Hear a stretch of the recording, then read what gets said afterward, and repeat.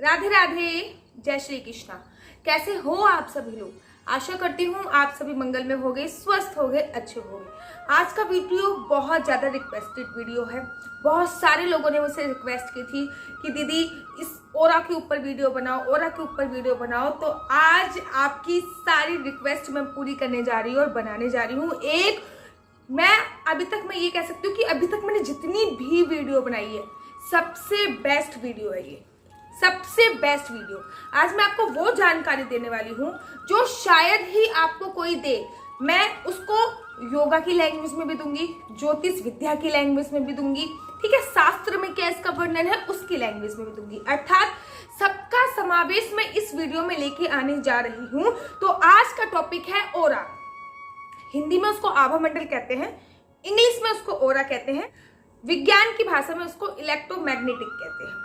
तो अब ओरा क्या होता है, आभा मंडल हमारा होता क्या है, आप सरल भाषा में समझ लीजिए कि इसको सीधी भाषा में समझते हैं।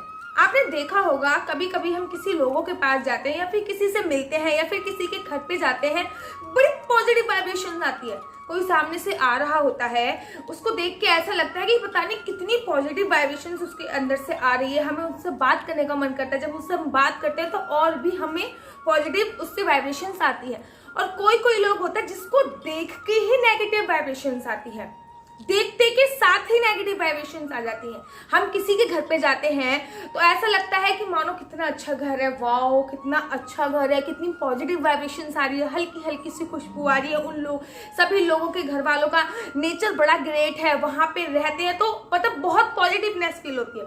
लेकिन वहीं किसी किसी के घर पे जाते हैं तो ऐसा लगता है भगवान जी कब निकल जाए बस यहाँ से। इतनी ज्यादा नेगेटिविटी हो रही होती है, इतनी ज्यादा नेगेटिव वाइब्रेशंस आ रही होती है। तो अर्थात आपकी बॉडी में से, मेरी बॉडी में से, हम सबकी बॉडी में से, पृथ्वी पर जो भी चीज है, सबके शरीर में से एक वाइब्रेशंस निकलती है, एक ऊर्जा निकलती है, एक ओरा निकलता है, जिसे हम ओरा बोलते हैं। एक आभा मंडल होता है। आपने देखा होगा कि पहले जमाने में जो सीरियल्स आते थे, आपने देखा होगा ना, जो पहले जमाने में जो सीरियल आते थे, तो आपने उनमें देखा होगा कि भगवान के चारों तरफ एक एक वाइब्रेशन से निकलती रहती थी। व्हाइट कलर की, येलो कलर की और रेड कलर की निकलती थी, नहीं निकलती, लाइट रेड कलर की, बैगनी कलर की, एक वाइब्रेशन से निकलती रहती थी। तो वही है हमारा आभा मंडल। अब योग की लैंग्वेज में मैं आपको समझाती हूँ कि हम सबके चारों तरफ एक ओरा निकलता है, एक एयर निकलती है, एक एयर प्रोड्यूस होती है जो 7 प्रकार की होती है। अर्थात 7 प्रकार का हमारा ओरा होता है।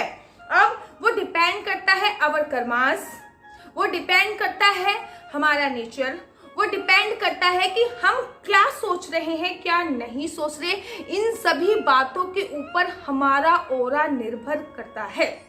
आप देखेंगे कि जो भगवान राम थे, जब भगवान राम को वनवास मिला था तो उनका जो ओरा था वो इतना ज्यादा तीव्र था, इतना आभा मंडल इतना ज्यादा था कि वो यहाँ से निकल जाते थे, यहाँ से लोगों को पता चल जाता कि भगवान राम निकल रहे हैं, भीड़ लग जाती थी।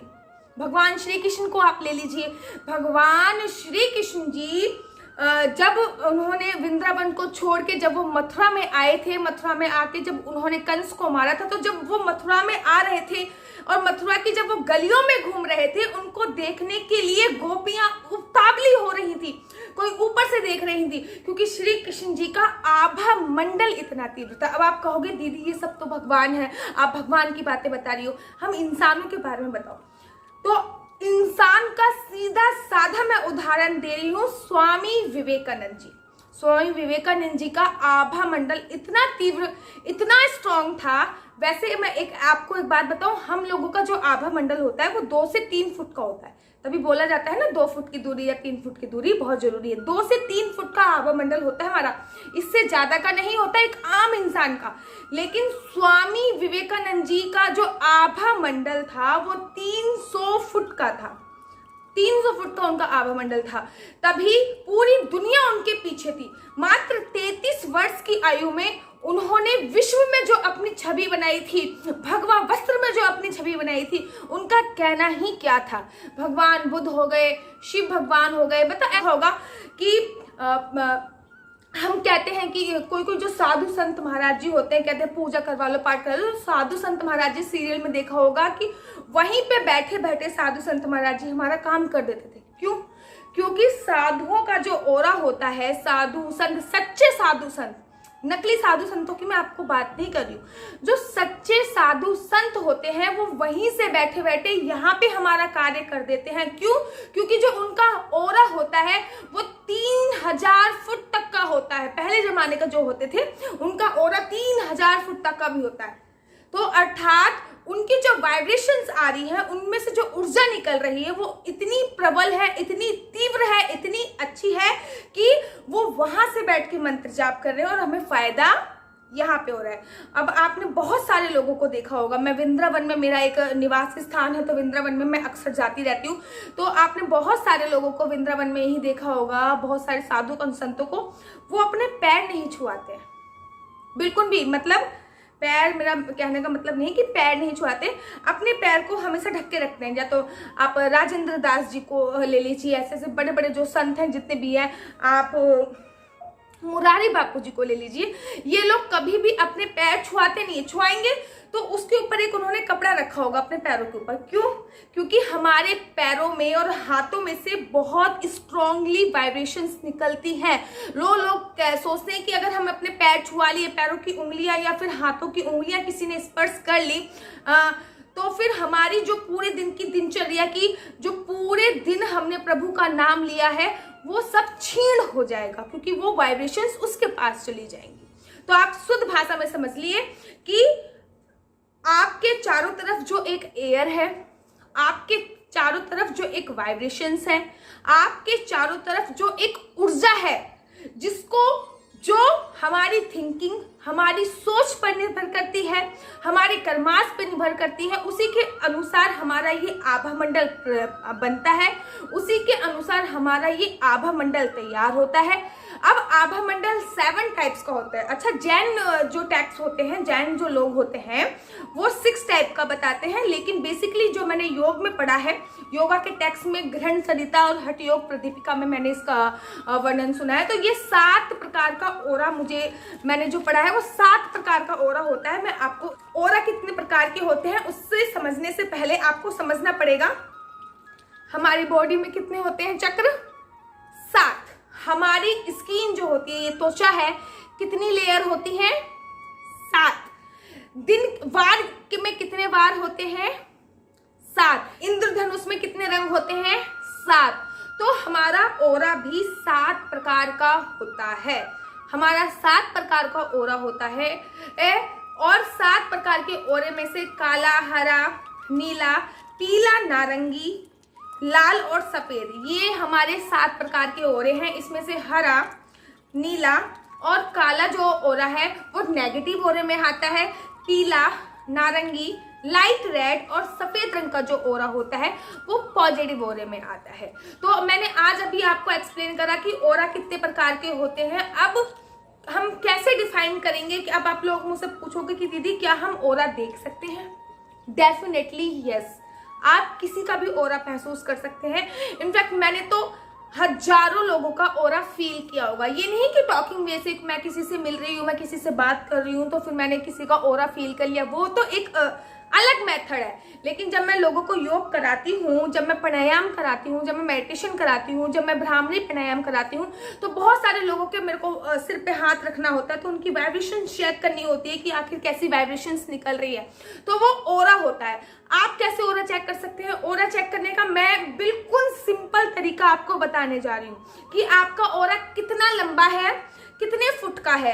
आप इस बात को गांठ बांध लीजिए कि जितने फुट का ओरा होगा, मतलब जितनी दूर तक आपका आभा मंडल फैला होगा, उतना ज्यादा आपके लिए बेस्ट होता है, उतना ही ओरा आपका क्लीन होता है। और जितना पास आपका ओरा होगा, उतनी ज्यादा आपके अंदर नेगेटिविटी होगी, उतनी ज्यादा आपके अंदर नकारात्मक ऊर्जा होगी, उतने ज्यादा आप जल्दी जल्दी बीमार पड़ोगे। तो इस बात का आप कॉन्सेप्ट क्लियर कर लीजिए कि आपका आभा मंडल कैसा है, वो आप स्वतः ही पता कर सकते हैं, या फिर दूसरों का आभा मंडल कैसा है वो भी आप पता कर सकते हैं। पता करने के लिए आपको करना क्या है, ये देखिए, दोनों हाथों को रफ करना है कुछ इस प्रकार से। जैसे मैं रब कर रही हूँ, दोनों हाथों को रब करना है। जब आप दोनों हाथों को रब करेंगे तो इसमें से एक ऊर्जा, मतलब दोनों हाथ गर्म होने लगेंगे, इसमें से एक ऊर्जा निकलती है जिसको बोलते हैं आवेशीय ऊर्जा। जब हम दोनों हाथों को रब करते हैं तो उसमें से एक हीट प्रोड्यूस होती है जिसको बोलते हैं आवेशीय ऊर्जा। जब वो हीट प्रोड्यूस हो जाए तब आप अपने दोनों हाथ अपने सिर पे रख लीजिए और धीरे धीरे धीरे करके नीचे तक आ जाइए। यहाँ पे भी आपको फील हो कि हाँ कुछ उठा उठा सा लग रहा है, वो आपका ऑरा मंडल वहीं तक है, ऊपर ऊपर नीचे नीचे, यहाँ तक भी आपको फील हो कि कुछ उठा उठा सा लग रहा है। जस्ट फील इट कि आपका आभा मंडल, आपका ऑरा केवल और केवल वहीं तक है। ये एक बहुत सिंपल मेथड है जो मुझे योग में बताया गया था कि आप अपना आभा मंडल कैसे चेक कर सकते हैं। देखिए, अगर हमारा ऑरा मजबूत नहीं होगा तो हमारे जो ग्रह हैं वो मजबूत हो ही नहीं सकते। आप चाहे कितनी भी ग्रह शांति करा लीजिए, आप चाहे ग्रहों के बारे में कितना भी खर्चा कर लीजिए, आपके ग्रह आप पे सुखद परिणाम डाल ही नहीं सकते कि जब तक आपका ऑरा मजबूत नहीं होगा। अगर किसी व्यक्ति का ऑरा कमजोर है तो ग्रह शांति कराने से भी कुछ नहीं होगा। आपको अपना ऑरा क्लीन करना बहुत ज़्यादा जरूरी है, आपको अपना ऑरा स्ट्रॉन्ग करना बहुत ज़्यादा जरूरी है। देखिए, सारे ग्रहों की ऊर्जा हमारी बॉडी पे पड़ती है, ठीक है। जैसे कि चंद्रमा की ऊर्जा हमारी बॉडी पे पड़ी है, सूर्य की ऊर्जा हमारी बॉडी पे पड़ी है, ऐसे ही जितने भी प्लैनेट्स हैं अर्थात नवग्रह हैं हमारे, सारे नवग्रहों की ऊर्जा हमारी बॉडी पे पड़ती है। लेकिन जो हमारे चारों तरफ एक ऊर्जा निकल रही है, लेकिन जो हमारा आभा मंडल है वो अगर नेगेटिव होता है, वो अगर कमजोर होता है तो वो हमारी बॉडी तक पहुंच नहीं पाती है, ठीक है। और जब तक ऑरा साफ नहीं होगा हमारी ग्रहों की स्थिति खराब रहेगी। चाहे आप फिर शनि की शांति करा ले, चाहे मंगल की शांति करा ले, चाहे अपना राहु स्ट्रॉन्ग कर ले, चाहे चंद्र स्ट्रॉन्ग कर ले, चाहे मंगल स्ट्रॉन्ग कर ले, व्हाटएवर, लेकिन सबसे पहले आपको अपना ऑरा क्लीन करना बहुत ज्यादा जरूरी है। अगर आप भी बार बार बीमार पड़ रहे हैं तो एक बार अपना ऑरा चेक करा लीजिए, बिल्कुल कम हो जाएगा। आपने देखा होगा ना, किसी किसी के चेहरे पे कोई शाइन ही नहीं होती है, कोई चमक ही नहीं होती, अर्थात उसका आभा मंडल बहुत ज्यादा नेगेटिव है। जो लोग डिप्रेशन में है, 3 टाइप की स्टेज होती है डिप्रेशन की first stage, second stage, third stage. जिनको नींद नहीं आती है, जिनको अनिद्रा की प्रॉब्लम है, उनका आभा मंडल बहुत ज्यादा खराब है। जो हमेशा नकारात्मक सोचते रहते हैं उनका आभा मंडल बहुत ज्यादा खराब है। जो चुगली इत्यादि करते रहते हैं उनका आभा मंडल बहुत ज्यादा खराब है। अर्थात हमारा जब आभा मंडल खराब होगा तो हम गलत आदतों का भी शिकार हो जाएंगे और एक दिन ऐसा आएगा कि हमारी कोई वैल्यू नहीं होगी, हमारी वैल्यू अपनी ही नजरों में नहीं होगी। तो अब मैं आपको कुछ उपाय बताने जा रही हूँ। बेशक आप अध्यात्म के द्वारा अपना ऑरा क्लीन कर लें, उनका रिजल्ट आपको स्लो मिलेगा, लेकिन अगर आप योग के द्वारा अपना ऑरा क्लीन करते हैं, योग के द्वारा अपना आभा मंडल क्लीन करते हैं तो उसका रिजल्ट आपको हैंड टू हैंड मिलेगा। योग में एक योग निद्रा होती है, अगर आप वो फुल्ली योग निद्रा का सेशन कर लेते हैं तो डेफिनेटली आपको ऑरा का रिजल्ट 45 मिनट के अंदर मैं आपको ऑरा का रिजल्ट दे सकती हूँ, केवल और केवल 45 मिनट के अंदर।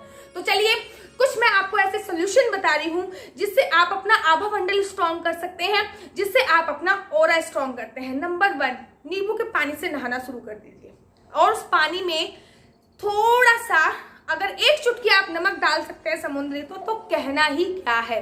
देखिए, अब आप कहोगे कि दीदी नींबू के पानी से क्यों? देखिए, जो नींबू होती है उसमें एक पावर होती है, वो सारी की सारी जो गंदगी है वो एब्जॉर्ब कर लेता है। मैं हमेशा नींबू को कट करने के बाद उसको निचोड़ के जो भी मैं यूज करती हूँ वो यूज करने के बाद अपने फ्रिज में जरूर और जरूर रख देती हूँ। क्यों? क्योंकि इससे वो मेरे फ्रिज की नेगेटिविटी अपने अंदर एब्जॉर्ब कर लेता है। फ्रिज से निकालने के बाद वो छिल के मैं अपने वॉशरूम में रख देती हूँ। क्यों? क्योंकि वो मेरे वॉशरूम की नेगेटिविटी एब्जॉर्ब कर लेता है। वॉशरूम से निकालने के बाद फिर मैं उसको थ्रो आउट करती हूँ। तो ये बहुत इंपॉर्टेंट है, नींबू आपकी पूरी नेगेटिविटी एब्जॉर्ब कर लेता है। तो इसलिए कहा जाता है कि आप नींबू के पानी से स्नान करना प्रारंभ कर दीजिए, और जो नमक होती है वो आपकी नकारात्मक ऊर्जा को हटाती है, इसलिए उस पानी में आपको नमक डालना भी बहुत और बहुत ज्यादा आवश्यक है। सेकंड, मंत्र का जप करना प्रारंभ कर दीजिए। किसी भी मंत्र का, आप गायत्री मंत्र भी ले सकते हैं, आप महामृत्यु मंत्र भी ले सकते हैं, आप महामंत्र भी ले सकते हैं।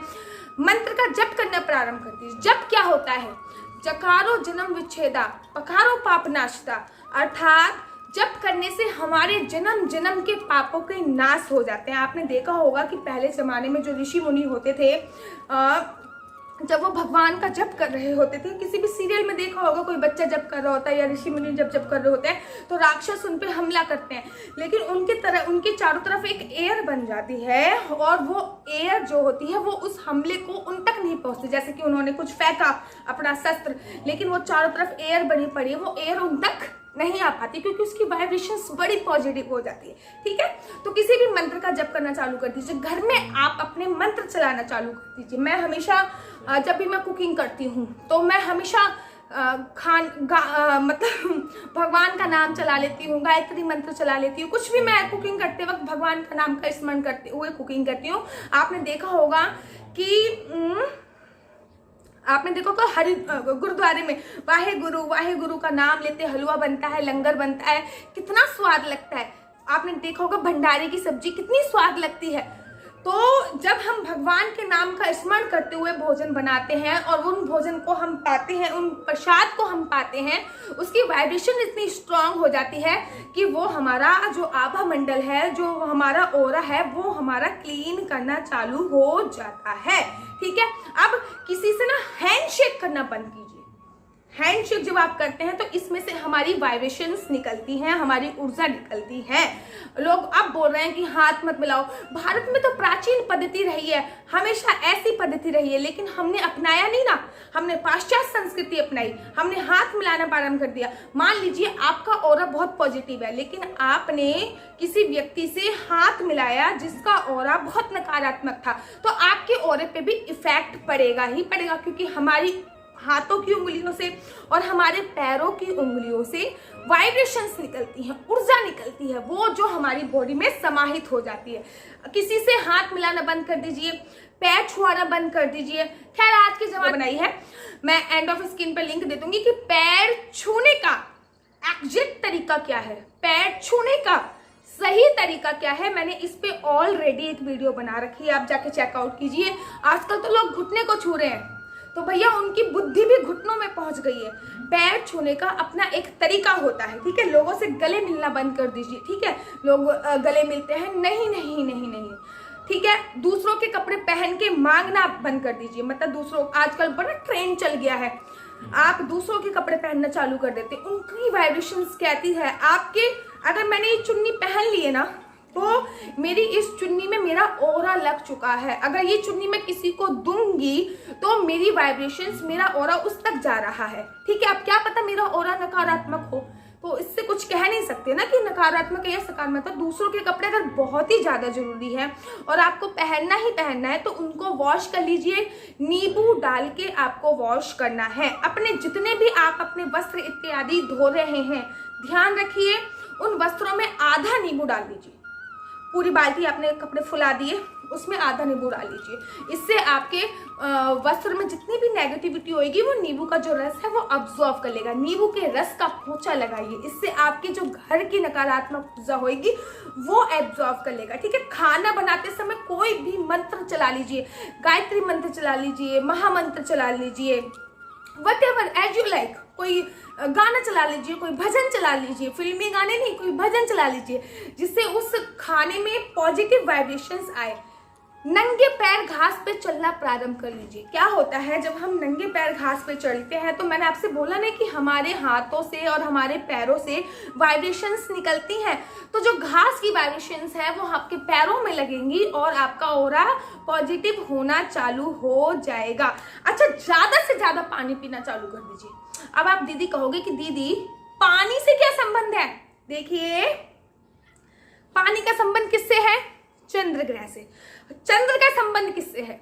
हमारे मन से। और मन का संबंध किससे है? आपको सकारात्मक ऊर्जा का समावेश, आपको नकारात्मक ऊर्जा का समावेश आपका मन ही देता है।